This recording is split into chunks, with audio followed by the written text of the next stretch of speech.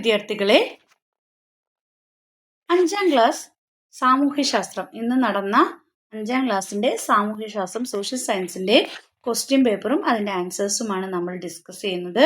അപ്പോൾ മക്കൾ ആദ്യമായാണ് ഈ ചാനൽ കാണുന്നതെങ്കിൽ ചാനലൊന്ന് സബ്സ്ക്രൈബ് ചെയ്യണേ. നമുക്ക് ചോദ്യങ്ങളിലേക്ക് കടക്കാം. ഫസ്റ്റ്, ഒന്നാമത്തെ ചോദ്യത്തിന് 1A, B എന്നീ ഭാഗങ്ങളുണ്ട്. 1A, 1B എന്നിവയിൽ ഏതെങ്കിലും ഒന്ന് പൂർണ്ണമായും എഴുതിയാൽ മതിയാകും. അപ്പോൾ ഏതെങ്കിലും ഒന്ന് എഴുതിയാൽ മതി. നമുക്ക് ക്വസ്റ്റ്യൻസ് നോക്കാം. ഫസ്റ്റ് 1A, വിക്കിയുടെയും അപ്പുവിൻ്റെയും സംഭാഷണ ഭാഗം നിരീക്ഷിക്കുക. എന്താണ് പറയുന്നത്? ഒരാൾ പറയുന്നത്, എനിക്കിവിടെ വല്ലാതെ ഇഷ്ടപ്പെട്ടു. പക്ഷെ എൻ്റെ സംശയം എന്താന്ന് വെച്ചാൽ, റേഞ്ചും വൈഫൈയും ഒന്നുമില്ലാതെ നിങ്ങൾക്ക് ബോറടിക്കില്ലേ? ഒരു ഗെയിം കളിക്കാൻ നീ എന്ത് ചെയ്യും? ഗെയിമില്ലാതെ നിങ്ങൾ എങ്ങനെ സന്തോഷിക്കും? നഗരത്തിലായിരുന്നെങ്കിൽ എന്തൊക്കെ ചെയ്യാമായിരുന്നു? അപ്പോൾ നഗരത്തിൽ ജീവിക്കുന്ന ഒരാളുടെ വീക്ഷണമായിട്ടാണ് അത് നമ്മൾ കണക്കാക്കേണ്ടത്. രണ്ടാമത്തെ ആൾ പറയുന്നത് ഗ്രാമത്തിൽ ജീവിക്കുന്നതിൻ്റെ ഗുണത്തെക്കുറിച്ചാണ്. നഗരത്തേക്കാൾ രസം ഇവിടെയാണെന്നാ എനിക്ക് തോന്നുന്നത് എന്നാണ് ആ കുട്ടി പറയുന്നത്. നമുക്ക് നോക്കാം. ഗ്രാമജീവിതം ഇഷ്ടപ്പെടുന്നവരെയും നഗരജീവിതം ഇഷ്ടപ്പെടുന്നവരെയും നമുക്ക് കാണാൻ കഴിയും. ഗ്രാമജീവിതത്തിൻ്റെയും നഗരജീവിതത്തിൻ്റെയും സവിശേഷതകൾ ഉൾപ്പെടുത്തി ഒരു താരതമ്യക്കുറിപ്പ് തയ്യാറാക്കാനാണ് നിങ്ങളോട് പറഞ്ഞിരിക്കുന്നത്. അപ്പോൾ നമ്മൾ ഗ്രാമജീവിതത്തിൻ്റെ പ്രത്യേകതകൾ എഴുതണം, നഗരജീവിതത്തിന് അല്ലേ? ഈ പറയണ മാതിരി എന്താണ്, നമുക്ക് ട്രാൻസ്പോർട്ടേഷൻ സൗകര്യങ്ങൾ നന്നായിട്ടുണ്ടാവും, ഹോസ്പിറ്റലുകൾ ഉണ്ടാവും, സ്കൂളുകൾ ഉണ്ടാകും അല്ലേ? നമ്മൾക്ക് എല്ലാവിധ സൗകര്യങ്ങളും മോഡേൺ സൗകര്യങ്ങളും നമുക്ക് ലഭിക്കും. ഇതൊക്കെ നഗരജീവിതത്തിലേ പറ്റും. ഗ്രാമജീവിതത്തിലാണെങ്കിൽ നമുക്ക് അതുപോലെ നഗരജീവിതത്തിനുള്ള ദോഷങ്ങൾ നല്ല പൊല്യൂഷൻ ആയിരിക്കും അല്ലേ? എവിടെ നോക്കിയാലും മലിനീകരണമായിരിക്കും. അതേസമയം ഗ്രാമജീവിതത്തിലോ പൊല്യൂഷനൊന്നുമില്ലാതെ ശുദ്ധവായു ശ്വസിക്കാൻ പറ്റും. കിളികളുടെയും പുഴകളുടെയും ഒക്കെ നമുക്ക് കാണാൻ കഴിയും അല്ലേ? നല്ല ഭക്ഷണങ്ങൾ മായമില്ലാത്ത എല്ലാം കഴിക്കാൻ പറ്റും. അങ്ങനെ എല്ലാ കാര്യങ്ങളും അല്ലേ? അപ്പം നഗരജീവിതത്തിൻ്റെതായ ഗുണവും ദോഷവും ഉണ്ട്, ഗ്രാമജീവിതത്തിൻ്റെതായ ഗുണവും ദോഷമുണ്ട്. അതിലേതെങ്കിലും അങ്ങോട്ടും ഇങ്ങോട്ടും എഴുതി സവിശേഷതകൾ ഉൾപ്പെടുത്തി താരതമ്യക്കുറിപ്പ് തയ്യാറാക്കാനാണ് പറഞ്ഞിരിക്കുന്നത്. ഈ ക്വസ്റ്റ്യൻ, പീലിയുടെ ഗ്രാമത്തിന്റെ സവിശേഷതകളിൽ പെടാത്തത് ഏതാണെന്നാണ് ചോദിച്ചിരിക്കുന്നത്. ആഴ്ച ചന്തകളിൽ നിന്നാണ് ഗ്രാമവാസികൾ സാധനങ്ങൾ വാങ്ങുന്നതും അവർ ഉണ്ടാക്കിയവ വിൽക്കുന്നതും. ബി, നീന്തൽ പഠിക്കാൻ ധാരാളം കുളങ്ങൾ ഉണ്ടായിരുന്നു. സി, ഉഴുതുമറിച്ച വയലിൽ നടക്കുന്ന കാളപ്പൂട്ട് മത്സരങ്ങൾ. ഡി, വിവിധ സ്ഥലങ്ങളിലേക്ക് പെട്ടെന്ന് എത്തിച്ചേരാൻ കഴിയുന്ന വാഹന സൗകര്യങ്ങൾ. അപ്പോൾ പീലിയുടെ ഗ്രാമത്തിന്റെ സവിശേഷതകളിൽ പെടാത്തത് ഏതാണെന്നാണ് ചോദിച്ചിരിക്കുന്നത്. ഏതായിരിക്കും? ഗ്രാമത്തിന്റെ പ്രത്യേകതയായിരിക്കും അല്ലെ, വിവിധ സ്ഥലങ്ങളിലേക്ക് പെട്ടെന്ന് എത്തിച്ചേരാൻ കഴിയുന്ന വാഹന സൗകര്യങ്ങൾ എന്നാണ്. അപ്പോൾ കഴിയില്ല അല്ലെ, എത്തിച്ചേരാൻ കഴിയാത്ത വാഹന സൗകര്യം അല്ലേ? വാഹന സൗകര്യം ഇല്ല, കുറവാണ് അല്ലേ? അത് ഗ്രാമങ്ങളുടെ ഒരു പ്രത്യേകതയാണ്. നഗരത്തിലാണെങ്കിൽ നമുക്ക് എവിടെ സ്ഥലങ്ങളിലേക്കും പെട്ടെന്ന് എത്തിച്ചേരാൻ കഴിയുന്ന വാഹന സൗകര്യങ്ങളുണ്ട്. അതാണ് ഞാൻ മുമ്പ് പറഞ്ഞ ട്രാൻസ്പോർട്ടേഷനിൽ വരുന്നത്. അപ്പോൾ ഡി ആണ് അതിൻ്റെ ഉത്തരം. ഇനി നമുക്ക് അല്ലെങ്കിൽ ബി ക്വസ്റ്റ്യൻ നോക്കാം. ഇവരെല്ലാം സന്തോഷിക്കുന്നത് കാണുമ്പോൾ എനിക്കും സന്തോഷമാണ്. മീനുവിനെ പോലെ ശാരീരിക പരിമിതികൾ നേരിടുന്ന കുട്ടികളെ നമുക്കും പരിചിതമാണല്ലോ. അപ്പൊ ജീവിതത്തിലെ സന്തോഷ അനുഭവങ്ങൾ ഓരോരുത്തർക്കും വ്യത്യസ്തമാണ്. കുടുംബത്തിലും സ്കൂളിലും സമൂഹത്തിലും നിങ്ങൾക്ക് കിട്ടിയിട്ടുള്ള സന്തോഷ അനുഭവങ്ങൾ പങ്കുവച്ച് ഒരു കുറിപ്പ് തയ്യാറാക്കാനാണ് പറഞ്ഞത്. അപ്പൊ നിങ്ങൾക്ക് കിട്ടിയിട്ടുള്ള ഒരു സന്തോഷ അനുഭവം നിങ്ങൾ പങ്കുവയ്ക്കാനാണ് പറഞ്ഞേക്കുന്നത്. അങ്ങനെയുള്ളൊരു സന്തോഷം, നിങ്ങളുടെ സന്തോഷം പങ്കുവച്ച് ഒരു കുറിപ്പ് പോലെ തയ്യാറാക്കാനാണ് പറഞ്ഞിരിക്കുന്നത്. ഇനി ബി ക്വസ്റ്റ്യൻ നോക്കാം. പീലിയുടെ ഗ്രാമത്തിൽ നിന്ന് കുട്ടികൾക്ക് ലഭിച്ച സന്തോഷ അനുഭവങ്ങളിൽ പെടാത്തത് ഏത്? എല്ലാവരും ഒത്തൊരുമയോട് ജീവിക്കുന്നു, മനോഹരമായ ഭൂപ്രകൃതിയാണ്, വിശാലമായ കളിസ്ഥലം, ഇന്റർനെറ്റും വൈഫൈ സൗകര്യവും. അതെ, അതില്ല അല്ലേ? അപ്പോൾ പീലിയുടെ ഗ്രാമത്തിൽ നിന്ന് കുട്ടികൾക്ക് ലഭിച്ച സന്തോഷ അനുഭവങ്ങളിൽ പെടാത്തത് ഏതാണ്? ഇന്റർനെറ്റും വൈഫൈ സൗകര്യവും. ഇനി രണ്ടാമത്തെ ക്വസ്റ്റ്യൻ നോക്കാം. തീ നിയന്ത്രിച്ച് ഉപയോഗിക്കാൻ പരിശീലിച്ചതും കൃഷിയുടെ ആരംഭവും ആദിമ മനുഷ്യരുടെ ജീവിത പുരോഗതിയിലെ സുപ്രധാന ഘടകങ്ങളാണ്. തീയുടെ ഉപയോഗം ആദിമ മനുഷ്യരുടെ ഭക്ഷണ രീതിയിൽ ഉണ്ടാക്കിയ മാറ്റങ്ങൾ വിശദീകരിച്ച് കുറിപ്പ് തയ്യാറാക്കാനാണ് നിങ്ങളോട് പറഞ്ഞിരിക്കുന്നത്. അപ്പോൾ മനുഷ്യന്റെ പുരോഗതിയിൽ തീയുടെ കണ്ടുപിടുത്തം, സ്ഥിരതാമസം അല്ലേ, ചക്രത്തിന്റെ കണ്ടുപിടുത്തം, മൺപാത്ര നിർമ്മാണം എന്നിവ ഒരുപാട് സ്വാധീനം ചെലുത്തിയിട്ടുണ്ട് അല്ലേ? പിന്നെ എന്തൊക്കെയാണ്? അപ്പൊ എന്തൊക്കെയായിരിക്കും നമുക്ക് എഴുതാൻ പറ്റുക? അപ്പൊ അതനുസരിച്ച് നമുക്ക് ഈ തീ കണ്ടുപിടിച്ചതോടുകൂടി നമുക്ക് എന്തൊക്കെ ഒന്ന് വേവിച്ച ഭക്ഷണത്തിന്റെ രുചി കൂടുതലാണെന്ന് മനസ്സിലായി അല്ലേ? വേവിച്ച ഭക്ഷണത്തിന് രുചി കൂടുതലാണെന്ന് മനസ്സിലായി, ടേസ്റ്റ് ഉണ്ടെന്ന് മനസ്സിലായി. വേവിച്ച ഭക്ഷണത്തിന് രുചി കൂടുതലാണെന്ന് മനസ്സിലാക്കി. പിന്നെയോ വേവിച്ച ഭക്ഷണത്തിന് രുചി കൂടുതലാണെന്ന് മനസ്സിലാക്കി. പിന്നെ തീ ഉപയോഗിക്കാൻ പഠിച്ചതോടെ മത്സ്യവും മാംസവും ഒക്കെ ചുട്ടു തിന്നാൻ തുടങ്ങി അല്ലേ? മത്സ്യവും മാംസവും ഒക്കെ രുചിച്ച് തിന്നാൻ തുടങ്ങി. മത്സ്യവും മാംസവും ചുട്ടു തിന്നാൻ തുടങ്ങി. പിന്നെയോ പിന്നെ ഈ മത്സ്യം മാംസം മാത്രമല്ല, പിന്നെ വേരുകളും കിഴങ്ങുകളും ഇതുപോലെ ചുട്ടു തിന്നാൻ തുടങ്ങി. വേരുകളും കിഴങ്ങുകളും ചുട്ടു തിന്നാൻ തുടങ്ങി. പിന്നെ എന്താണ്? ഭക്ഷണം പാകം ചെയ്ത് കഴിക്കാൻ തുടങ്ങി അല്ലേ? വേവിച്ച ഭക്ഷണത്തിന് രുചി ഇടുന്നതാണെന്ന് മനസ്സിലായപ്പോൾ ഭക്ഷണം പാകം ചെയ്ത് കഴിക്കാൻ തുടങ്ങി. ഇനി ബി ക്വസ്റ്റ്യൻ നമുക്ക് നോക്കാം. ആദ്യകാല മനുഷ്യർ കൃഷിയിടങ്ങൾക്ക് സമീപത്താണ് സ്ഥിരവാസം ആരംഭിച്ചത്. മനുഷ്യ ജീവിതത്തിൽ അതിന്റെ ഫലമായി ഉണ്ടായ നേട്ടങ്ങളിൽ ഉൾപ്പെടാത്തത് കണ്ടെത്തി എഴുതാനാണ് പറഞ്ഞിരിക്കുന്നത്. എ. കൃഷിയിടങ്ങൾ സംരക്ഷിക്കാൻ സാധിച്ചു. ബി. ഭക്ഷണം തേടി അലഞ്ഞു തിരിയേണ്ടി വന്നു. സി. ഭക്ഷ്യവസ്തുക്കളുടെ ലഭ്യത വർദ്ധിച്ചു. ഡി. കൂടുതൽ വിശ്രമ സമയം കിട്ടി. എന്തായിരുന്നു? ഭക്ഷണം തേടി അലഞ്ഞു തിരിയേണ്ടി വന്നു അല്ലേ? ബി ആണ്. മൂന്നാമത്തെ ക്വസ്റ്റ്യൻ, വാർത്താ തലക്കെട്ട് ശ്രദ്ധിക്കും. അതിദരിദ്രർ ഇല്ലാത്ത ആദ്യ ജില്ലയായി കോട്ടയം. അതിദരിദ്രർ ഇല്ലാത്ത സംസ്ഥാനമായി കേരളത്തെ മാറ്റാനുള്ള പ്രവർത്തന പദ്ധതി ലക്ഷ്യത്തിലേക്ക്.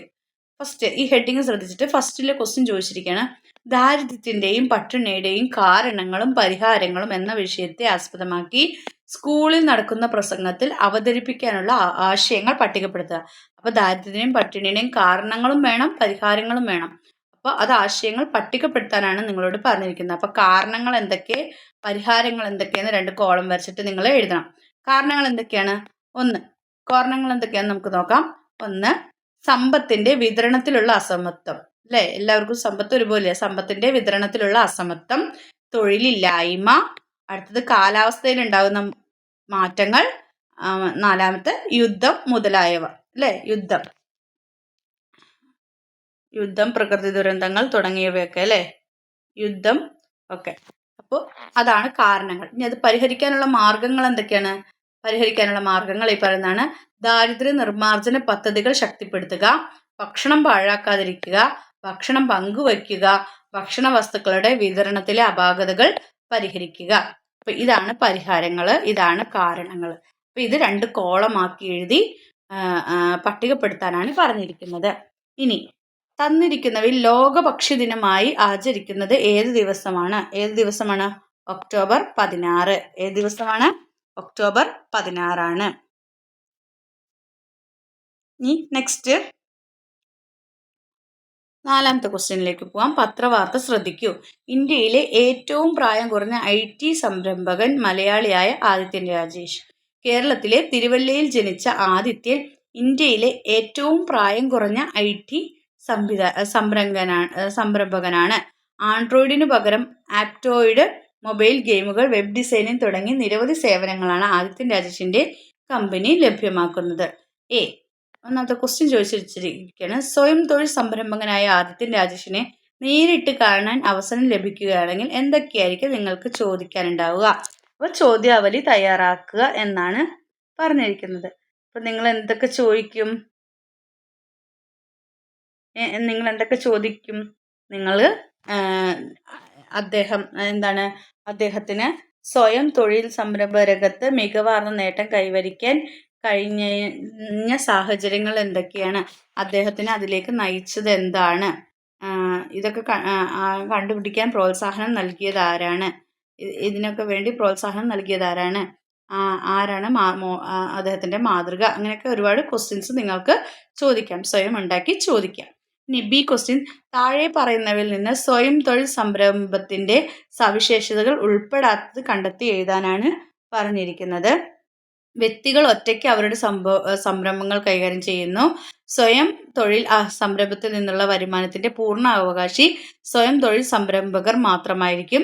സി, സ്വയം തൊഴിൽ സംരംഭത്തിൽ ഏർപ്പെടുന്ന വ്യക്തിക്ക് തൊഴിലാളിയുടെ ഉത്തരവാദിത്തങ്ങൾ നിർവഹിക്കേണ്ടതില്ല. ഡി, സ്വയം തൊഴിൽ സംരംഭത്തിൽ ഏർപ്പെടുന്ന വ്യക്തിയാണ് ആ സംരംഭത്തിന്റെ ഉടമസ്ഥൻ. ഇതിലേതാണ് സി ആണ് നിങ്ങളെ ഉത്തരമായിട്ട് എഴുതേണ്ടത്. നിങ്ങളുടെ ഉത്തരം സി ആണ്. സി ആണ് ഉത്തരം. ഇനി നെക്സ്റ്റ് 5-ാമത്തെ ചോദ്യം നോക്കാം. 5-ൽ എ, ബി എന്ന ഭാഗങ്ങളുണ്ട്. ഏതെങ്കിലും ഒന്ന് പൂർണ്ണമായിട്ട് എഴുതിയാൽ മതിയാകും എന്നാണ് പറഞ്ഞിരിക്കുന്നത്. ഇന്നത്തെ ക്വസ്റ്റ്യനിൽ എ ക്വസ്റ്റ്യൻ, വസ്തുത്തിന്റെ നിർമ്മാണ ചരിത്രവുമായി ബന്ധപ്പെട്ട് താഴെ തന്നിട്ടുള്ള ആശയങ്ങളെ വളർച്ചാ ഘട്ടങ്ങളനുസരിച്ച് ശരിയായി ക്രമീകരിച്ച് എഴുതാനാണ് പറഞ്ഞിരിക്കുന്നത്. തന്നിരിക്കുന്നത് എങ്ങനെയാണെന്ന് നോക്കാം. 1. നെയ്ത്തുപകരണങ്ങളുടെ കണ്ടുപിടുത്തം. 2. പ്രകൃതിയിലെ വസ്തുക്കളിൽ നിന്ന് വസ്ത്രം രൂപപ്പെടുത്തി. 3. നെയ്ത്ത് യന്ത്രങ്ങളുടെ കണ്ടുപിടുത്തം. 4. വിവിധ നാരുകൾ കൂട്ടിച്ചേർത്ത് നൂലുണ്ടാക്കി. ഇത് ഓർഡറാക്കി എഴുതാനാണ് പറഞ്ഞിരിക്കുന്നത്. ഇതിൽ ഏതായിരിക്കും ആദ്യം വന്നത്? പ്രകൃതിയിലെ വസ്തുക്കളിൽ നിന്ന് വസ്ത്രം രൂപപ്പെടുത്തി, അതാണ് ഒന്നാമത്തത്. രണ്ടാമത്തായിട്ട് ഏത് വരും? വിവിധ നാരുകൾ കൂട്ടിച്ചേർത്ത് നൂലുണ്ടാക്കി, രണ്ടാമത്തതായിട്ട് അത് എഴുതണം. മൂന്നാമത്തത് എന്ത് ചെയ്തു? നെയ്ത്ത് ഉപകരണങ്ങളുടെ കണ്ടുപിടുത്തം നടത്തി. നാലാമത്തായിട്ടാണ് എന്ത് വരുന്നത്? നെയ്ത്ത് യന്ത്രങ്ങളുടെ കണ്ടുപിടുത്തം. നെയ്ത്ത് യന്ത്രങ്ങളുടെ കണ്ടുപിടുത്തമായിട്ട് നാലാമത്തെ. അപ്പോൾ ഈ ഓർഡറിലാണ് എഴുതേണ്ടത്. ഇനി ബി, വസ്ത്രനിർമ്മാണ ചരിത്രവുമായി ബന്ധപ്പെട്ട് തന്നിട്ടുള്ള പ്രസ്താവനകളിൽ ശരിയായത് കണ്ടെത്തുക. വസ്ത്രനിർമ്മാണത്തിന് ഉപയോഗിക്കുന്ന പ്രകൃതിദത്ത നാരാണ് റയോൺ. കൂടുതലായി ഉൽപ്പാദിപ്പിച്ച തുണിത്തരങ്ങൾ വിറ്റഴിക്കാൻ കമ്പോളങ്ങൾ തേടി ഇന്ത്യക്കാർ ലോകത്തിന്റെ വിവിധ ഭാഗങ്ങളിലേക്ക് സഞ്ചരിച്ചു. 3. വസ്ത്രങ്ങൾക്ക് നിറം നൽകാൻ കൃത്രിമ ചായങ്ങൾ ഉൾപ്പെടുത്തി. 4. സ്പിന്നിംഗ് ജെന്നിയുടെ കണ്ടുപിടുത്തം വസ്ത്രനിർമ്മാണ രംഗത്ത് വലിയ മാറ്റങ്ങൾ കൊണ്ടുവന്നു. ഇതിൽ ഏതാണ് എന്നാണ് ചോദിച്ചിരിക്കുന്നത്. എ 1ഉം 2ഉം ശരിയാണ്. ബി 2ഉം 3ഉം ശരിയാണ്. സി 3ഉം 4ഉം ശരിയാണ്. ഡി 1ഉം 4ഉം ശരിയാണ്. ഇതിലേതാണ്? സി ആണ് കറക്റ്റ് ആൻസർ. 3ഉം 4ഉം ശരിയാണ്.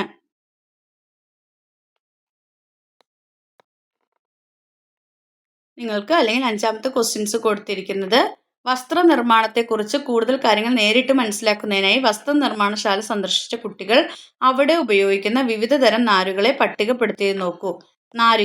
നാരുകൾ പോളിസ്റ്റർ, നൈലോൺ, പട്ടുനൂൽ, കമ്പിളി, ചണം, റയോൺ, പരുത്തി, മോഡൽ.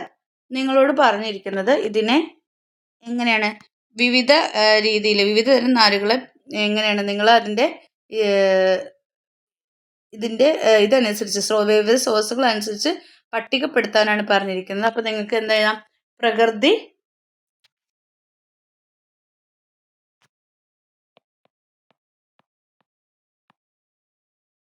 പ്രകൃതിപരമായ നാരുകൾ, നാച്ചുറലി ഉള്ള fibres, natural fibres, artificial fibres, കൃത്രിമ നാരുകൾ, പ്രകൃതിപരമായ നാരുകൾ,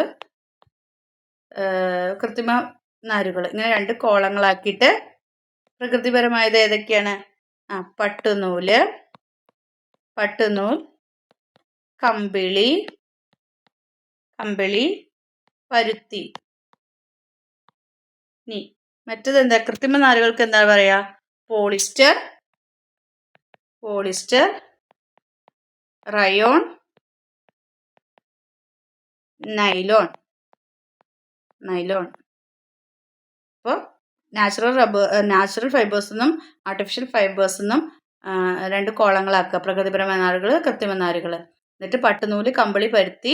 നാച്ചുറൽ ഫൈബറിലും കൃത്രിമ നാരുകളിൽ പോളിസ്റ്റർ, റയോണ്, നൈലോണ്. ഇത്രയും അടയാളപ്പെടുത്തുക.